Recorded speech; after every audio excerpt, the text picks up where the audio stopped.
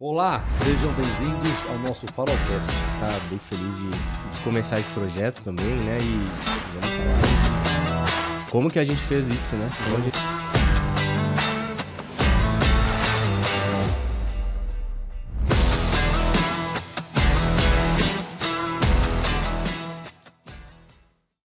Olá, seja bem-vindo ao Farolcast, o seu podcast de educação financeira, investimentos e empreendedorismo.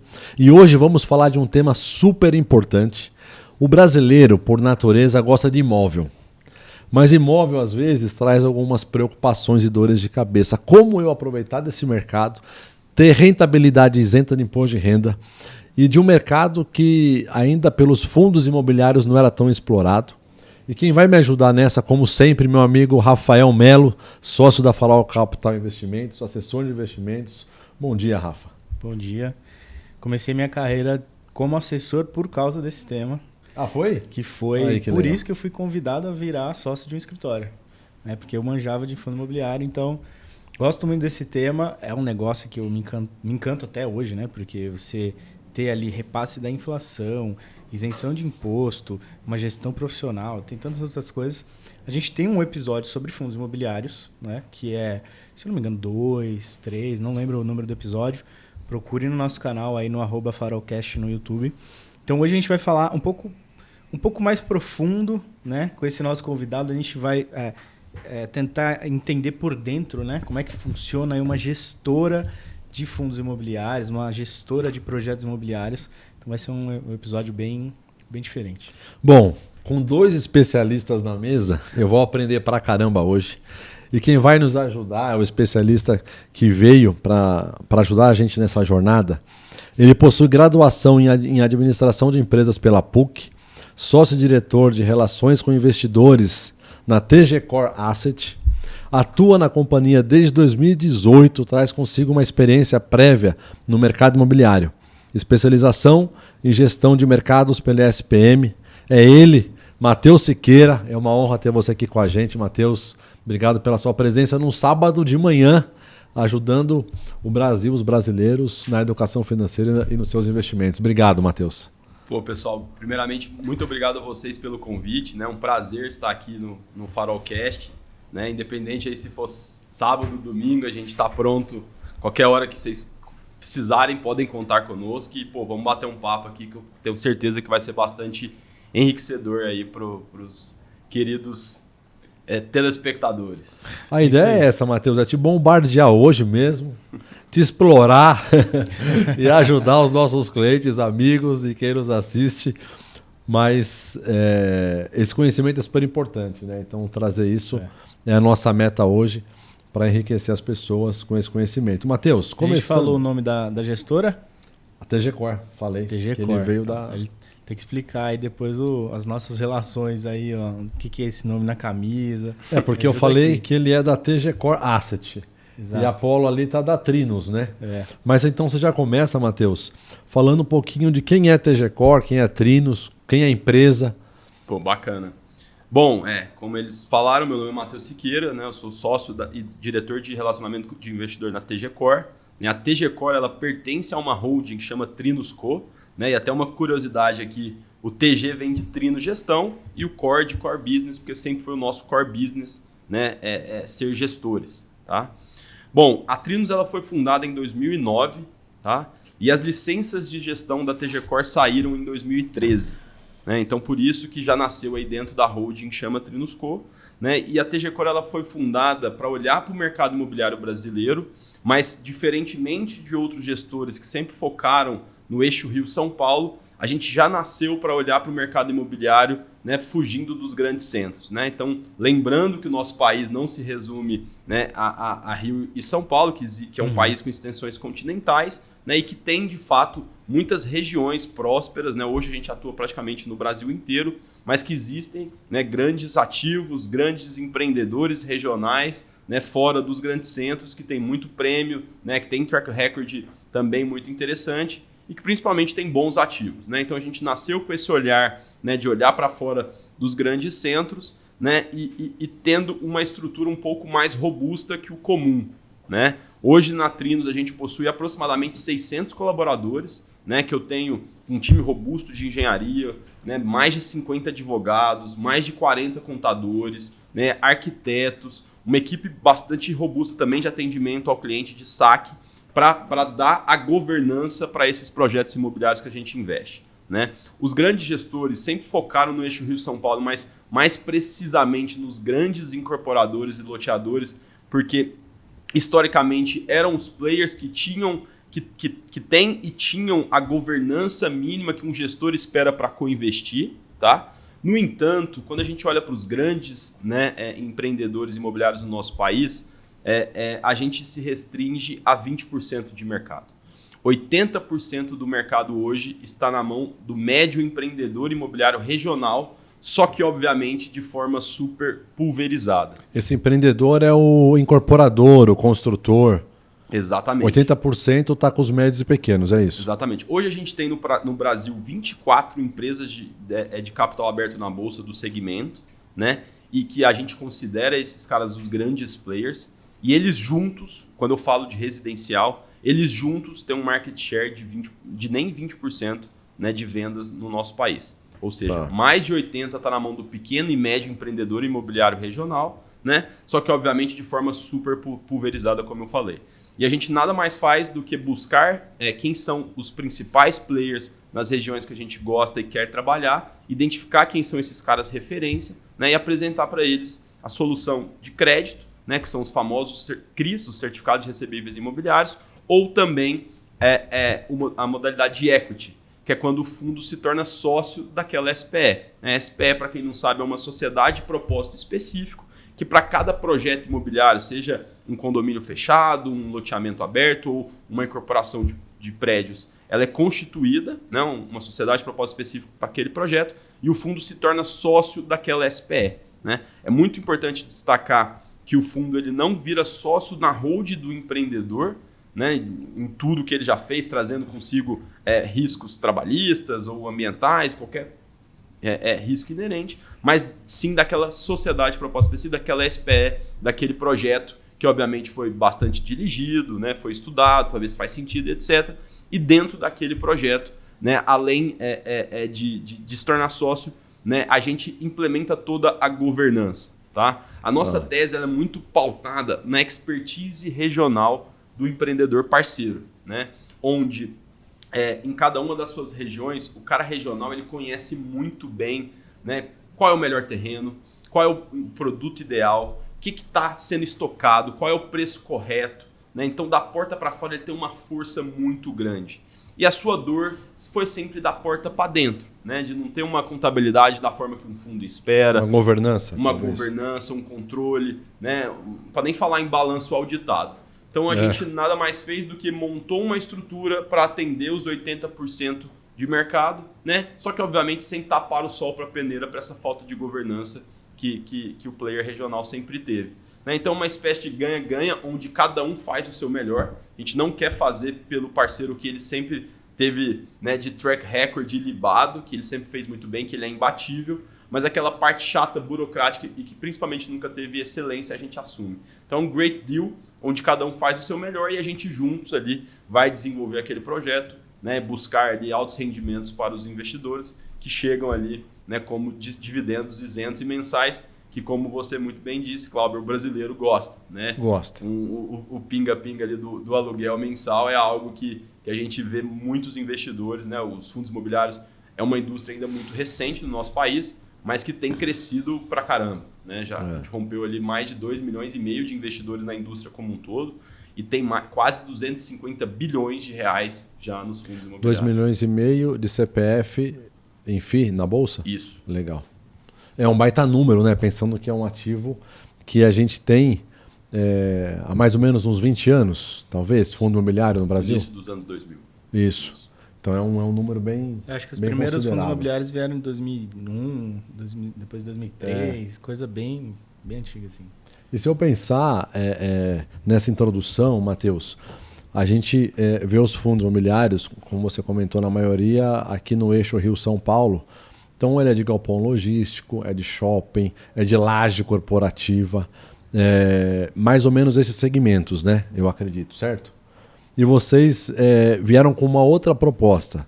É um fundo imobiliário que está em outros setores, e o que eu anotei aqui, que vocês levam um capital qualificado, governança para essas incorporadoras regionais, e aproveitam deles a expertise que eles têm naquela região, tanto de conhecimento com os órgãos ali, o cartório, ou algum órgão ambiental, com a prefeitura, quanto do que as pessoas gostam ali, né? Porque uma casa, talvez, numa região, é diferente de uma casa que atrai em outra região, né?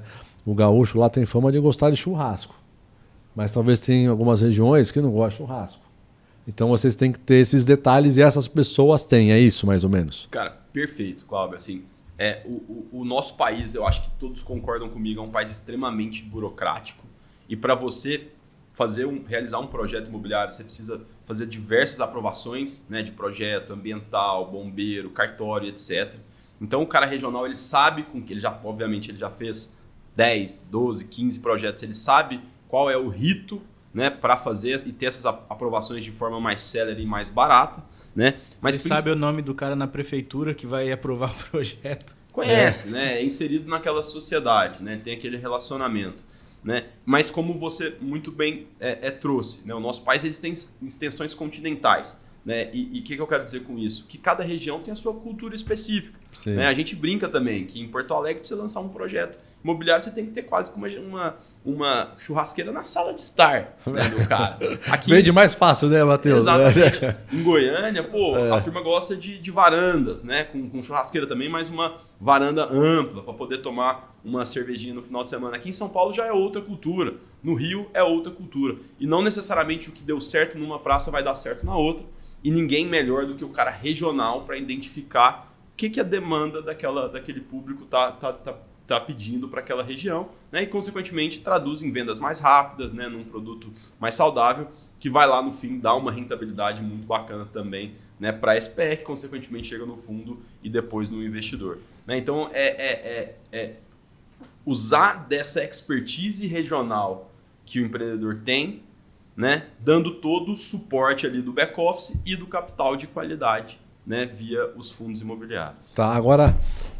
para a gente, é um tema para você então e para o Rafael, esse tema aqui, para vocês falarem desse tema, é como o jogador de futebol falar de um drible que ele deu, é normal, do dia a dia, mas para quem está nos ouvindo, eu sei que é um pouco técnico.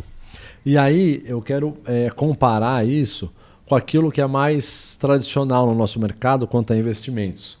Quando a gente fala, poxa, Matheus, Rafa, eu sou conservador, eu tenho lá um fundo conservador com liquidez, tenho alguns CDBs, LCI, LCA, que rende ali Selic, que ali o CDI, um pouquinho mais que o CDI. Comparando a rentabilidade de um ativo assim de renda fixa, eu sei que estou comparando coisas diferentes, mas o investidor vai ver a linha final. No fundo imobiliário da TG Core, eu consigo ter uma expectativa de uma rentabilidade maior? Com certeza, né? A gente está vindo de um cenário de juros altos, que a renda fixa voltou a ser... Nadou de braçada, né? Atrativa, né? Acho que no Brasil, a cada 10 anos, a gente tem uma janela boa assim, né? Exatamente. E o brasileiro tem aquele sonho do 1% isento, né? Todo mês. E que os fundos imobiliários são instrumentos que conseguem ali, em alguns casos, entregar até um pouco a mais do que esse 1%. Né? E na nossa tese a gente tem uma meta, né, de deixar ali entre 14% e 15% ao ano de dividendo no bolso do investidor, né? Lembrando que isento de imposto de renda, né? Que se a gente fosse comparar com um produto que tem incisão de imposto, a gente estava falando de um rendimento de quase 18% ao ano. Né? Então, comparando com o CDB, porque eu vou ter imposto de renda menor 15%. Exatamente. E você está falando que lá a gente consegue 14, 12, 13, 14, né? 14, 15. Nossa meta, né? Entre 14% e 15% de dividendo. Não é promessa. Não é promessa. Não, se é a tua meta, eu vou te cobrar. Rentabilidade passada não é garantia de rentabilidade futura, mas a gente tem conseguido nos últimos anos, né, entregar um resultado bacana. Né? Cara, e até dando um passo para trás aqui, porque eu entrei na TG Core em 2018. Sim. E a TG Core ela não era tão conhecida em 2018, né? E a gente saiu rodando a Faria Lima, os principais escritórios, né? E todo mundo olhava pra gente e falava, pô, peraí, deixa eu ver. Uma gestora de Goiânia que não tem cultura de ter, né? Não é da Faria Lima já. O mercado financeiro tá na Faria Lima. Uma gestora de Goiânia com uma turma jovem, né? Assim, 6 anos atrás eu tinha uma carinha, né, de um pouco mais jovem do que hoje, né? E de um cenário que todo mundo já ouviu falar de uma incorporadora que quebrou, de uma loteadora que teve problema, né? E a gente era visto como o patinho feio do mercado ali, né? Que onde, né, ao longo dos anos a gente foi conseguindo entregar um resultado expressivo para o investidor, né? Falando aí desses 14%, 15%, mas principalmente com muita constância, né? Assim, não adianta nada eu entregar 1,5%, 2%, 3% esse mês e nos próximos 3, 4 meses eu fazer um péssimo trabalho, né? A gente entende que o investidor quer um resultado constante, né? E os nossos dividendos, né, graças a um trabalho, né, um suor muito grande, né? A gente, de fato, é muito apaixonado pelo negócio e tenta fazer o melhor trabalho possível. A gente conseguiu aí, né, entregar um resultado constante, robusto a partir desse momento também ir ganhando a confiança dos investidores, dos principais distribuidores, né, da XP como um todo, e saindo desse lugar de patinho feio da indústria, né, para um certo lugar de destaque no que tange investimento no mercado imobiliário residencial. Como você bem disse, né, o mercado imobiliário existe laje, shopping, galpão e etc. E o nosso foco é no mercado imobiliário residencial. Né, o nosso país ele tem um déficit habitacional na casa de 5 milhões de moradias, né, e é aí que é o cerne da nossa questão, né, de tentar ajudar a sanar esse déficit habitacional.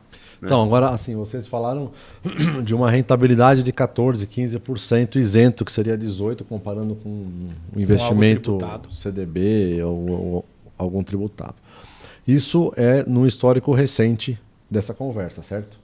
Essa rentabilidade. Uhum. E a gente vinha com uma Selic a 13,75, que está caindo. Né? Nesse momento agora aqui está 10,75, certo?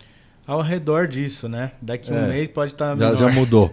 Mas nesse cenário, se eu tinha uma rentabilidade de 14, 15, isento de imposto de renda, com juros alto, num cenário de queda de Selic, é possível ter mais convicção de manter essa rentabilidade porque o mercado aquece imobiliário, com dinheiro mais barato as pessoas compram mais? Faz sentido, Matheus? Ou segue a tendência de queda? Cara, faz total sentido, né? E eu brinco que o nosso principal veículo, que é o Tegar 11, é um fundo que nasceu em 2016. Né? Tá. De 2016 para cá, a gente viu Selic de 2, Selic de 14, inflação para cima, deflação... Greve dos caminhoneiros, impeachment, né, Joesley Day, enfim, vários cenários. Guerra, recentemente o Covid, né, vários cenários adversos, né, macroeconomicamente falando, e onde a nossa tese se provou ser bastante resiliente. Né, porque no fim do dia, né, o meu ativo de equity, eu vou buscar lá uma rentabilidade acima de IPCA mais 20% ao ano, independente do cenário de juros. Quando você fala ativo de equity, é quando você está sendo sócio do empreendedor. Exatamente, lá, né? Quando o fundo se torna sócio daquele empreendimento. Né? Então, independente, e muita gente me pergunta, né? Pô, Matheus, o juros está caindo, o dividendo dos fundos tende a cair junto? O inverso que é a verdade, como você bem disse. Né? Juros para baixo, sim, você tem uma disponibilidade de crédito maior e mais barata, principalmente, né? E, consequentemente, uma venda imobiliária também mais saudável, mais rápida, que traduz em TIR maior para os projetos. Né? Então, o cenário de juros caindo, os nossos dividendos não tendem a cair junto, pelo contrário. Né? Eu tendo a ter um mercado mais aquecido, umas vendas mais fortes e um rendimento tendendo a aumentar, né? com um cenário aí de juros continuando a cair. Tá? Muito bom, Matheus. Eu acho que isso é importante para o investidor ter clareza, porque o passado não é o futuro, mas eu acredito que hoje, olhando para o futuro, e um passado foi bom, nos dá mais conforto de manter esse bom ou até ainda um pouco melhor. Né? Sim. O foco de vocês é imóveis residenciais. Tem algum tipo de negócio que vocês não gostam? algum tipo de empreendimento que vocês acham que não faz sentido, que não é o core de vocês e que vocês não gostam de entrar? Sim. A gente gosta foca os nossos esforços no mercado imobiliário residencial, né? Tendo os principais ativos analisados, os loteamentos abertos, que é a expansão urbana, quando as cidades estão crescendo e surge um novo bairro, condomínios fechados, né? que estilo Alphaville, que busca ali um público-alvo com uma renda um pouco maior, incorporação de prédio e de casas. Né? Quando a gente fala de incorporação, a gente tem ali o Minha Casa Minha Vida, que é um plano, né, do governo que muita gente busca ali, porque tem um crédito facilitado, né?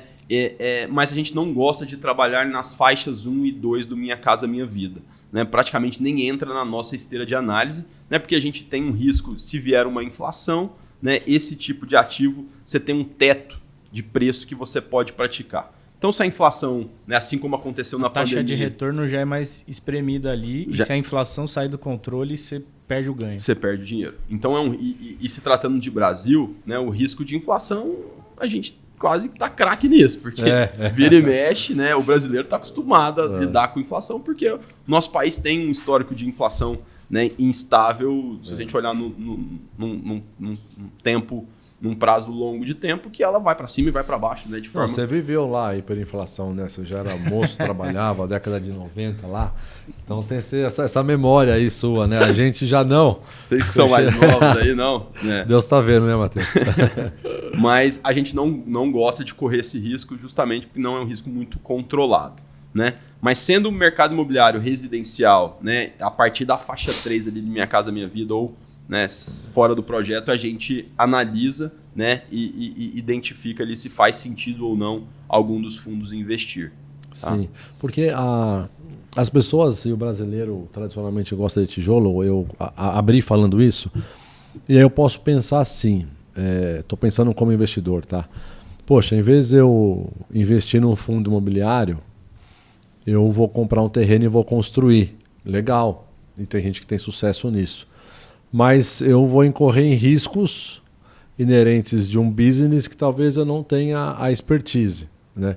E aqui eu tenho o conforto de ter uma gestão administrativa profissional, governança, processo, uma equipe de jurídico, uma equipe de arquiteto, de engenheiro, administrativo que vai tocar tudo para mim.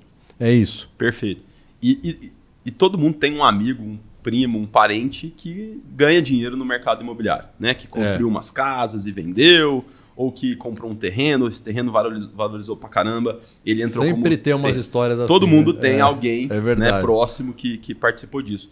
E no interior isso deve ser talvez mais comum até, né? Mais comum ainda. E investir num fundo da TG Core, né, é basicamente transferir para uma gestão profissional e poder ter um rendimento, né, acima da média, né, voltada para o segmento imobiliário. Né? Porque no fim do dia, como a gente estava falando antes de entrar aqui na gravação, né, muito aventureiro acaba se lascando. Né? É um mercado bastante artesanal, né? Tem muita especificidade. E um projeto imobiliário que você empenha bastante dinheiro, se der errado, quebra a gente. Né? Então, né, investir num TEGAR, num TGRE ou num TGRI é basicamente transferir para uma gestão profissional que você muito bem disse, com bastante controle, com bastante monitoramento. De novo, são 600 pessoas para fazer a gestão disso tudo. E ainda a gente tem auditoria da Ernst Young, que é um player Big Four do segmento, tá? Entre as 4 maiores empresas do segmento no mundo, né? Auditando tudo que está acontecendo dentro das SPS, dentro da carteira do fundo. Né? E aí o investidor vai poder ter esse 1,1%, 1,2%, que vai dar os 14%, 15% ao ano, que é um dividendo, né, robusto, sem, né, correr o risco ali, né, do inquilino, às vezes, né, ficar inadimplente, ou ter que fazer uma reforma, ter que buscar um novo locador, enfim, vai transferir para alguém, né, que está fazendo aquilo ali de forma profissional e podendo surfar aí desses rendimentos, né, um pouco mais altos, ali, um pouco acima da média. Tá? Sim. Sem querer chover muito no molhado, né? No episódio aí de fundos imobiliários a gente fala bastante disso, mas um grande diferencial de você investir através de fundos é porque você não concentra todo o seu capital, não tendo risco de quebrar se der errado, né? A isenção de imposto, né? Não vou nem falar que na pessoa física você não tem isenção de imposto, né? você não consegue ter a liquidez de você precisar, de repente, de alguma parte daquele dinheiro que você empreendeu naquele imóvel, ele pode estar até pronto, mas não cabe a você a velocidade de venda disso, né? Você não consegue vender uma parte do imóvel, um banheiro, se você só precisa de uma parte do dinheiro, e você pode fazer isso através das cotas. Então, tem todas essas coisas envolvidas. Além de, como você disse, eu conheço alguém que se deu bem, eu vou também fazer esse negócio, eu vou comprar 2 terrenos, vou levantar 2 casas ao mesmo tempo. Se deu errado alguma coisa, seja por não conhecer os caminhos ali de aprovação do projeto, no projeto arquitetônico de engenharia, o que for, acabou o caixa, não consegue completar, essas coisas você não passa, né? Com fundo imobiliário. E aí tem uma outra possibilidade dentro do segmento de vocês, que é dentro do mercado imobiliário financeiro, você também pode investir em renda fixa, né? Que são os CRIs, as LCIs, né? Um fundo imobiliário pode fazer isso também. Quanto disso faz parte do dia a dia de vocês? Né? O que vocês esperam de retorno disso? Como é que é? Excelente ponto, né? Porque de fato os nossos fundos têm um mandato híbrido, que ele investe tanto no crédito, que são os CRIs, os certificados de recebíveis imobiliários, quanto no equity, né? Onde aproximadamente 30% da estratégia está no crédito, né? Mas na hora que o fundo nasce, ele nasce com mais de 70% das carteiras com CRIs, né? Porque vocês não me deixam mentir, o investidor do fundo imobiliário busca a renda mensal imediata. Né? E um projeto de equity, você vai fazer todo o desenvolvimento, vai fazer todo o investimento de obra, e esse retorno vai voltar daqui 2, 3 anos. Se a gente virar aqui para os investidores e falar assim, turma, seguinte, daqui estamos fazendo uma emissão de um fundo imobiliário que vai investir no mercado imobiliário residencial, Brasil afora, com uma estrutura robusta de controle e monitoramento por trás, mas você só vai ver distribuição disso daqui 24 meses. O cara vai falar, beleza, daqui 24 meses eu entro lá na bolsa e compro. Né? Eu quero saber o que eu vou receber no mês que vem. Não posso esperar, né? tudo isso. Então a gente faz uma gestão ativa ali, onde eu trago bastante CRI no início para eu já ter fluxo para distribuição, né? Mas à medida que o equity vai performando, essa relação ali ela vai quase que se invertendo. Né? O Tegar 11, que é o nosso fundo mais velho, ele nasceu com 70% de crédito, 30% de equity. Hoje ele tem mais de 90% da sua carteira voltada para o equity, né? Justamente porque eu tenho carteiras ali já performadas, que me já trazem esse fluxo positivo e que eu tenho um retorno esperado mais interessante. Matheus, muito bom. Estou quase investindo já Eu já invisto, é brincadeira. Mas pensando como investidor, né, alguém que está nos assistindo, e falar, poxa, legal, eu vou ter ali um dividendo isento no imposto de renda, é uma empresa que tem 600 funcionários, está em diversos estados e buscando oportunidade num segmento que não era explorado, que era o pequeno e o médio incorporador. Que o imóvel residencial é uma coisa que tem muito espaço, muito campo para crescer. Juros caindo. Mas quais riscos que pode ter nesse negócio que eu como investidor não tenho essa percepção? Tem algum tipo de risco de investir num fundo desse? O principal risco, não do fundo, mas do segmento imobiliário como um todo, é a alavancagem, né? Um incorporador, a gente estava batendo papo aqui Tem antes. outro nome para alavancagem? É de pegar dívida, né? De se endividar. Né? Na média, o que um incorporador faz? Ele vende ali 20%, 30%, 40% de um projeto, vai rodar os bancões e vai buscar financiamento para aquela obra. Né? Que a gente está falando de um volume alto condomínios, de investimento. Né? Se o cara não vender igual ele esperou, o banco não quer saber. Ele tem uma dívida lá que ele tem que pagar X mil reais por mês e que se o banco não receber, ele vai executar a garantia e o cara vai quebrar. Né? O que a gente faz no nosso caso? A gente tem uma alavancagem baixíssima nos nossos fundos.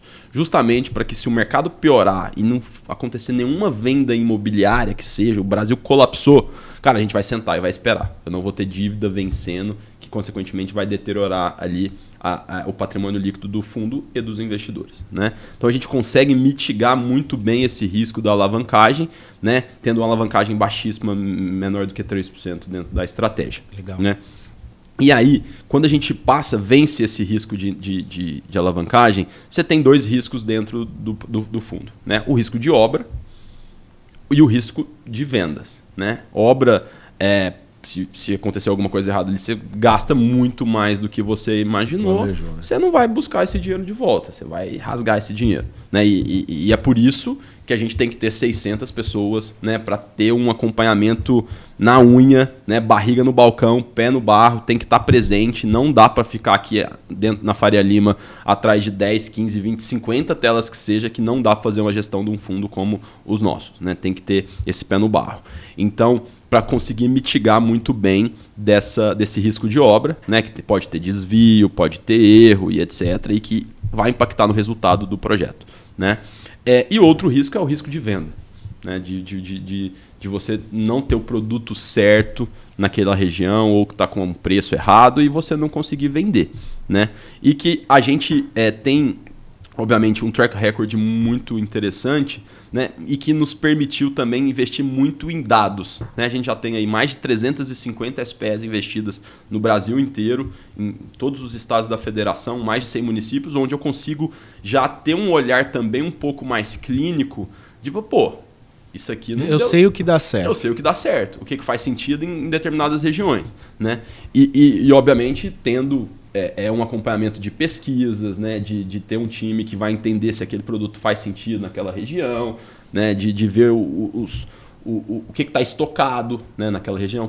Estou indo para Palmas, por exemplo. Vou lançar um prédio de 2 quartos naquela região. Só que eu olho para o estoque atual das incorporadoras, cara, tá full estocado apartamento de dois quartos. Não faz sentido nenhum eu colocar mais Tem muito no É. mercado, talvez não esteja vendendo tanto, né? Tem bastante concorrência. Exato. Então, esses 2 principais riscos a gente consegue também mitigar com uma estrutura muito robusta, né? De novo, são mais de 600 colaboradores, né, que são especialistas para cada um dos projetos, né? O cara que olha para loteamento, ele é especialista em loteamento.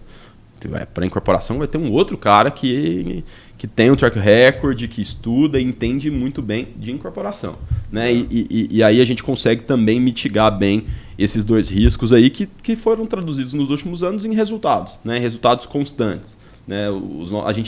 A gente, por essência, Rafa, a gente tenta ser o mais linear possível com essas distribuições. Né? Porque tem muita gente que investe em fundo imobiliário para ter uma renda passiva, para às vezes pagar um aluguel, enfim, qualquer despesa que seja. E na minha humilde opinião, é muito importante o investidor ter uma noção do que ele pode esperar daquele fundo que ele investe, né? Então a gente tenta ser o mais linear possível e consistente possível, né? E que a gente tem conseguido entregar um bom resultado nos últimos anos sem grandes distorções, né? E muito por conseguir mitigar bem esses riscos, né? E às vezes até fazer de algum risco uma oportunidade, né? E muita gente pergunta, mas vocês fazem lives, etc. Vocês contam muita coisa bacana, né? Vocês não têm problema? Cara, problema pra caramba, né? Assim, praticamente todos os dias tem 50 advogados, né? Você tem problema para resolver, né? E obviamente tem que ter muito mais coisa dando certo do que de errado. Mas que sem um time robusto, sem esse acompanhamento barriga no balcão, quase que diário, cara, é impossível, né, investir no segmento de forma tão pulverizada e diversa, né? A gente está hoje em 26 estados da federação, 105 municípios diferentes, né? Eu tenho um ativo no sul, tenho um ativo no norte, enfim. Então eu tenho que ter esse olhar, esse corpo a corpo aí bem próximo para evitar, né, e mitigar todos esses riscos, né, que não é só de erro, mas de desvio de recurso, né, de atrasar a obra, governança, contabilidade, enfim, é bastante sensível e tem que estar muito próximo de fato. Então os riscos são os 3, né? Ou é o risco de obra, o risco de venda e o risco da alavancagem. Sim. E isso é o que vocês fazem para mitigar esse risco. Tem toda essa equipe e trabalha para mitigar o risco e alcançar o resultado. Existe um outro risco também, o Clauber, que é o risco de aprovação. Tá. Né? E como a gente mitiga esse risco? Cara, eu não fico confortável em correr um risco legal no Brasil. Então, a gente só analisa o projeto depois que todas as aprovações estão feitas. Né? Porque legal. eu não posso colocar ali 2, 3, 5 milhões do fundo correndo o risco de descobrir que vai ter um lençol freático lá embaixo, que eu vou ter que mudar todo o projeto, a obra, etc. Cara, o investidor está me terceirizando essa gestão justamente para ele fugir desses problemas, que pode acontecer também. Exato. Né? De você comprar um terreno, o terreno mais bacana da cidade. Preço bom. Aí você vai lá fazer a aprovação, tem água embaixo, cara. Você não vai construir. Todas as fichas apostando naquilo ali. Exato. Então, a gente, estando aprovado, a gente consegue colocar na esteira de originação. Tô com um projeto muito bacana, Matheus, parará. Tô fazendo... Cara, termina as aprovações. Quando você terminar, traz pra gente que a gente consegue analisar. Então, a gente mitiga também o risco legal, tendo essa cultura aí de só analisar a partir do momento que está tudo aprovado. Legal isso. É responsabilidade de vocês vender o projeto?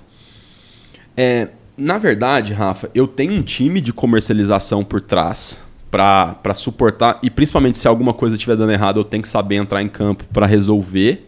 Mas na maioria dos casos, esse empreendedor imobiliário ele já tem uma estrutura de vendas ali própria que deu certo. Ele já está vendendo por conta própria, você só vem para ser o parceiro para expandir, né? Exato. E aí, obviamente, eu posso ajudar ele a potencializar, né? Assim, com a gente, a turma fica se atualizando do que está dando certo, de campanha de marketing digital, né? De identificar que, por exemplo, no interior de Goiás, talvez não seja tão assertivo você investir muito em mídia digital para um produto. Internet, Instagram. Em alguns casos, faz sentido você alugar um carro de som e rodar. Então, assim, o Brasil é muito grande mesmo, né?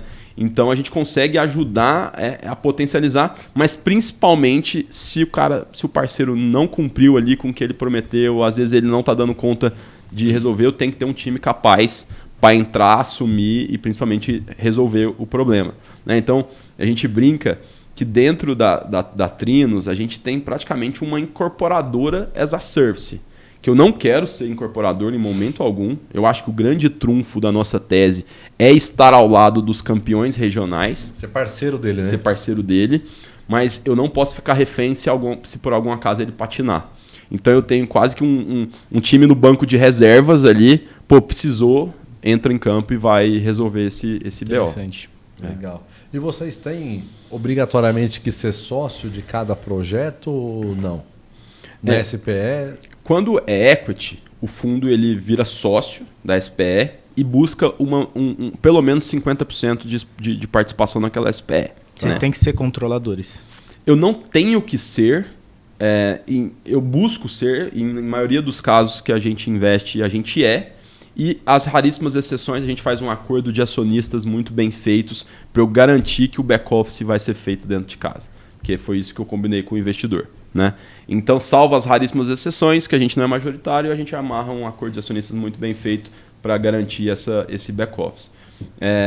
E sempre, eu acho que o ponto mais sensível e mais interessante nesse caso é que a gente também nunca vai colocar 100% do capital.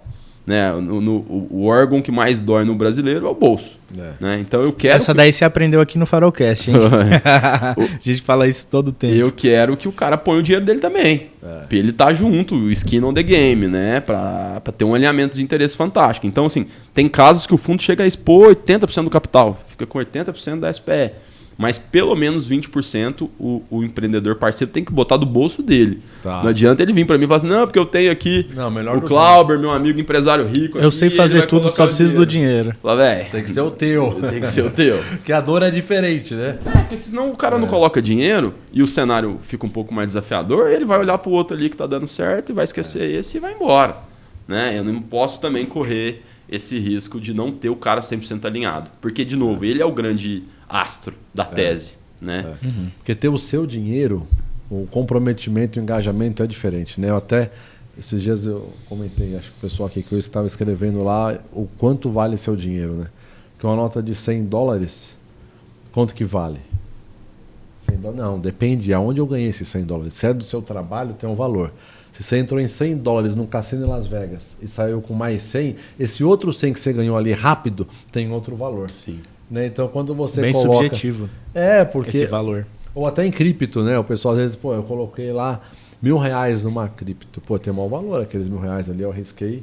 Mas se ele passou para 2.000, esses próximos 1.000, se foi em uma semana, ele não tem o mesmo valor que aqueles 1.000 que eu coloquei. Agora, quando o cara começa um negócio com vocês e põe 20% do capital dele, meu amigo, ele vai debruçar todo dia, de manhã, de tarde, de noite, para fazer dar certo aquele projeto. Né? Exatamente. Exatamente. Vamos falar um pouco mais dos fundos? Assim, a gente falou, acho que deu para entender um pouco mais do Tegar, que é 2,4 bi, tem 90% de projetos em execução. A gente falou menos aí do TGRE e TGRI. Quais as diferenças? O que é TGRI? O que é TGRE? Boa. Eu sei que vocês fizeram uma oferta recente. Vocês, né, constantemente fazem ofertas dos fundos. TGRE, eu acho que foi a última. Se eu não estou errado, me ajuda aí. O Tegar, né, ele chama TG Ativo Real. Né? Ele tem 2,4 bilhões, 165 mil investidores, liquidez secundário bacana, e ele é listado em bolsa. Né? Então, todo mundo que quer investir entra no home broker, ticker Tegar 11, consegue ver ali o preço, o que está sendo negociado todos os dias. Né? O TG Real Estate, TGRE, né, que a gente carinhosamente chama ele de Tigre, ele tem a mesma tese de investimentos do Tegar 11, tá? O que muda é o ambiente de negociação. Ele é negociado no balcão CETIP, né? Que é um fundo imobiliário exatamente igual ao Tegar e os demais fundos da indústria, mudando apenas o ambiente de negociação, né? Que não tem a volatilidade da bolsa. Né? A bolsa, quem dá no Tegar, por exemplo, ou qualquer fundo imobiliário listado, quem dá o preço é o mercado. O patrimonial ali pode ser R$1.000. Se o mercado estiver negociando a 200, é R$200 o preço daquele papel. Né? No ambiente de CETIP, o papel ele é negociado no valor patrimonial de cada cota. Então, essa diferença é fundamental. Né? Você tem uma volatilidade muito menor. Né? E que, na minha humilde opinião, conversa muito bem com imóvel. Né? Porque nós três aqui temos um apartamento aqui em São Paulo bacana. Apartamento vale R$1 milhão. Só que eu, Matheus, cara, me fiz um negócio errado lá, comprei um terreno que deu errado, putz, eu vou precisar vender meu apartamento correndo para pagar a conta. Cara, eu vou vender correndo, eu não vou vender ele a R$1 milhão. Queimei a R$500 mil, porque eu precisava do dinheiro a qualquer custo. O seu apartamento passa a valer R$500 mil porque eu tive que vender o meu nesse preço? Se tiver na bolsa... Eu estou refém disso. Se estiver na bolsa, você está refém disso. Mesmo investindo em imóvel, quando está negociando em bolsa, ele pode desvalorizar um monte, pode valorizar muito rápido, pode ficar meio descolado da realidade. E o inverso é verdadeiro. Né? Assim, pode ser que alguém entre comprando a cota que estava 200, foi para 500, você falou, opa, peraí. Um imóvel dobrou mais de 150% de lucro ali em uma semana. Tem essa volatilidade de mercado que no CETIPado é no valor patrimonial, então de fato qual é o valor que vale cada cota. Né? Então a mesma tese de investimentos, o que muda é o ambiente de negociação. Né? E o TGRI, cara, né, é o meu queridinho, assim, vamos dizer, que eu acho que é um dos fundos mais bacanas da indústria. Né? Que assim como a gente estava falando do alinhamento de interesse do parceiro colocar o dinheiro junto da SPE, né? O TGRI, o que a gente faz? Né? A gente praticamente virou para o mercado e falou assim, mercado, eu conheço tão bem do meu negócio, eu confio tanto na minha tese de investimentos, que eu estou criando uma cota subordinada nesse fundo com o meu dinheiro. Tá? Então 10% do TGRI é com capital proprietário da Trinos e da TG Core, e eu dou uma certa previsão para o investidor do que ele vai receber daquele fundo. Tá? Então hoje ele está pagando mais ou menos, se eu não me engano, é CDI mais 3, CDI mais 2,5. Né? Se a carteira não render esse CDI mais 2,5, no mês agora, está caminhando para o final de abril. Em abril ela não rendeu esse CDI mais 2,5, que eu prometi para o investidor, eu vou pegar desse meu dinheiro que está lá e vou pagar o cara. Então eu estou garantindo para ele. Eu acho que você tem alguma convicção que isso vai dar certo. Isso vai dar certo. Uma pouca convicção, imagina. Né? Porque senão eu não vou... Com certeza. E a cada... Você que está comprado no risco, né? Não, e é um dinheiro robusto. A cada 100 milhões que eu capto, eu tenho que colocar 11 milhões lá. Então, assim, é um dinheiro que não dá para brincar. Não dá para captar toda hora também, né? Exatamente. Então, assim, é um alinhamento de interesse fantástico. Muito. Né? Porque, obviamente, se... O inverso também é verdadeiro, né? Se minha carteira render CDI mais 5 e eu prometi pro cara CDI mais 2,5, eu também surfo esse spread, né? Mas que tem um alinhamento de interesse muito, muito, muito bacana com o investidor. Tem que falar, cara, eu tô te falando que eu vou te pagar porque o meu dinheiro já tá lá na conta do fundo. E a conta separada do patrimônio da gestora, né? Tem tudo totalmente isso. Separada, administração fiduciária, CVM, todos os órgãos reguladores bonitinho. Né? Essa subordinação é muito comum em FDICs. Né?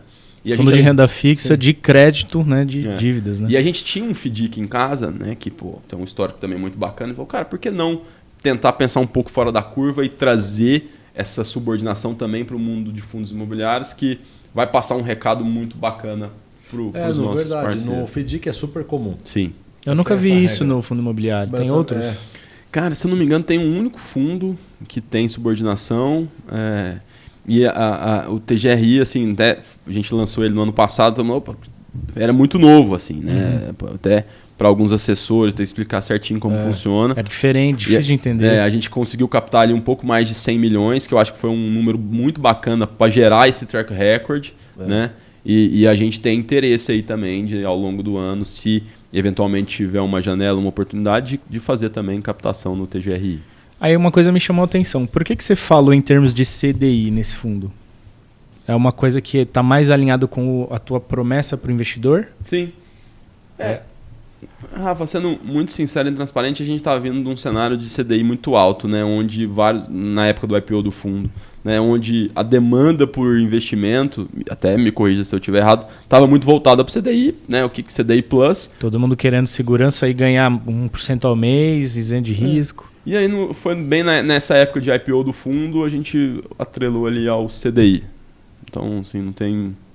Fica bem claro para o investidor o que ele espera, né? E é bem bacana, cara, porque acima de Selic, acima de 12, o fundo remunera CDI mais 2. Entre 12 e 10, CDI mais 2,5. Entre 10 e 8, CDI mais 3. Entre 8 e 6, CDI mais 3,5. E abaixo de 6, CDI mais 4.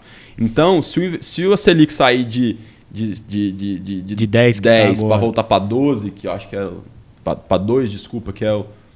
Improvável. Muito improvável, mas que seria fantástico para todo mundo, né? O investidor ele ainda tem garantido ali. Essa garantia de que a rentabilidade relativa aumenta à medida que os juros vai caindo também.